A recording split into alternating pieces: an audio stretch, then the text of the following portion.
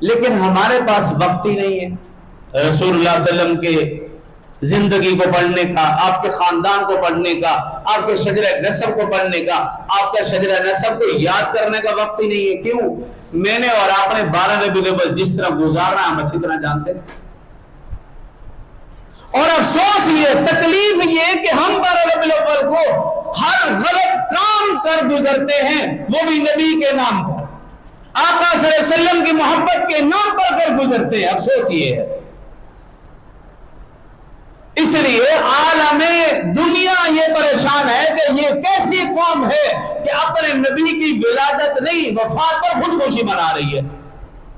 کیوں کہ 12 ربیع الاول کو جہاں آپ کی ولادت کا تذکرہ وہاں وفات کا بھی تذکرہ ہے، دونوں چیزیں ہمارے سامنے۔ اور اگر کوئی شخص یہ کہے کہ میں وفات کو نہیں ولادت کو سامنے رکھ رہا ہوں، تو پھر صحابہ کرام، اہل بیت اعظام، اولیاء کرام کی زندگی کو پڑھ لیجئے۔ ان کی زندگی میں یہ مہینہ ایک دفعہ نہیں کئی دفعہ آیا۔ صحابہ کرام، اہل بیت اعظام، اولیاء کرام کی زندگیاں گواہ کہ ان کی زندگیوں میں ربیع الاول کا مہینہ آیا، 12 ربیع الاول کا دن آیا، انہوں نے ایسا کچھ بھی نہیں کیا، بلکہ کچھ بھی نہیں کیا۔ اگر انہوں نے کیا تو عبادت و ریاضت میں اضافہ کیا۔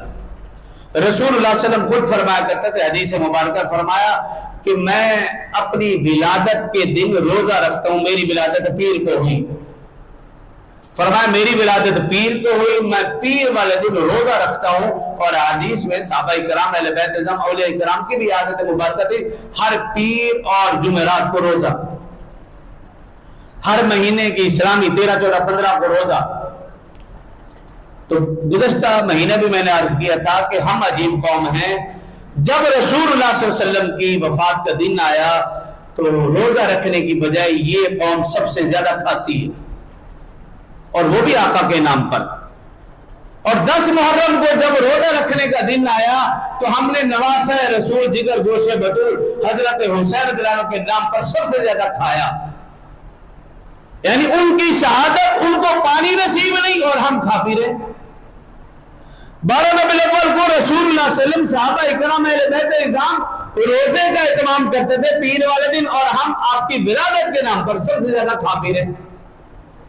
تو درخواست یہ ہے کہ یہ دن معمولی نہیں ہے، یہ دن عبادت و ریاضت کے، لیکن اس طریقے پر جیسا کہ صحابہ کرام، اہل بیت اعظام، اولیاء کرام نے اس دن کو گزارا۔ لیکن ہم اپنے ماحول معاشرے میں دیکھتے ہیں کہ آقا کی ولادت کے نام پر صرف جھنڈیوں کے لیے لاکھوں روپے خرچ کر دیے جاتے ہیں، حالانکہ وہ لاکھوں روپے کسی غریب کا کاروبار، کسی یتیم بچی کی شادی ہو جائے تو کتنا فائدہ ہو جائے، اور وہ بھی جھنڈی، اور اس میں بھی آقا کا نام، تھوڑے دنوں کے بعد وہی آقا کا نام لکھا ہوا، وہی جھنڈی گرے گی، صفائی کرنے والا آئے گا، وہ اسے کوڑے میں پھینکے گا، گٹر میں پھینکے گا، کہیں پھینک دے گا۔ اور یہ گستاخی میں اور آپ خود جان بوجھ کر رہے ہیں، ہماری اولاد کر رہی ہے، اور ہم دیکھ رہے ہیں، ہمارے سامنے سب کچھ ہو رہا ہے۔ اور گزشتہ سالوں میں آپ دیکھ رہے ہیں آقا کی ولادت کے نام پر 12 ربیع الاول کے دن نوجوان نسل ڈانس کرتی ہوئی نظر آئی، لڑکیاں لڑکے بن سنور کر سج دھج کر گلیوں میں گھومتے ہوئے نظر آئے۔ یہ کون سی خوشی ہے؟ یہ کون سا دین ہے؟ یہ کون سا طریقہ ہے؟ آپ صلی اللہ علیہ وسلم صحابہ انہوں نے ایسا کچھ کی ہی نہیں تھا۔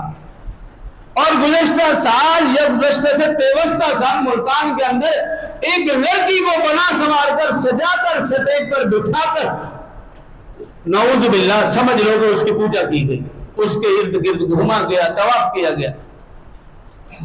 ایک عورت وہ قرآن پڑھے تو اس کی قرآن کو سننا گناہ ہے، تو اس کو دیکھنا یا اس کی زبان سے نعت کو سننا یہ کہاں سے ہوا؟ تو عرض کرنے کا مقصد یہ ہے کہ اب میری اور آپ کی ذمہ داری یہ بنتی ہے کہ ہم اپنی اولاد کو، نئی نسل کو سمجھائیں، یہ آقا کی ولادت یا وفات کا دن جیسا بھی ہے، یہ ہم نے عبادت و ریاضت کر کے، اس دن ہمارا ٹارگٹ ہو کہ ہماری نماز کوئی نہ چھوٹے، لیکن ہم دیکھتے ہیں کہ اس دن سب سے زیادہ ہم نماز چھوڑتے ہیں۔ ٹارگٹ ہو بھی آج ہم نے قرآن کا اتنا حصہ پڑھنا ہے، لیکن اس دن ہم دیکھتے ہیں قرآن پڑھتے ہی نہیں۔ ٹارگٹ ہو کہ یہ آقا کی ولادت کا دن ہے، میں نے آج 1,00,000 دفعہ درود پاک پڑھنا ہے، لیکن وہ درود مسجد میں یا گھر میں بیٹھ کر پڑھا جا سکتا ہے، بازاروں میں نہیں۔ رسول اللہ صلی اللہ علیہ وسلم نے فرمایا اس کائنات میں اللہ کو سب سے بری جگہ بازار ہے، سب سے محبوب جگہ مسجد ہے۔ جو سب سے بری جگہ ہے اللہ کو، وہاں اللہ کی رحمت برس نہیں سکتی، آپ ہزاروں نہیں لاکھوں نہیں کروڑوں جھنڈیاں لگا دو، کیونکہ رسول اللہ صلی اللہ علیہ وسلم کا فرمان جھوٹا ہو ہی نہیں سکتا۔ تو اللہ کی عبادت کرنی ہے، مسجد اور اپنے گھر کو آباد کریں، اپنے چہرے کو سجائے، اپنے جسم کو آباد کریں، اپنے جسم کو سجائے، پھر دیکھیں کہ کیسے رحمتیں اور برکتیں نازل ہوتی ہیں۔ جو کہا سنا اللہ مجھے اور آپ کو عمل کی توفیق دے، وآخر دعوانا۔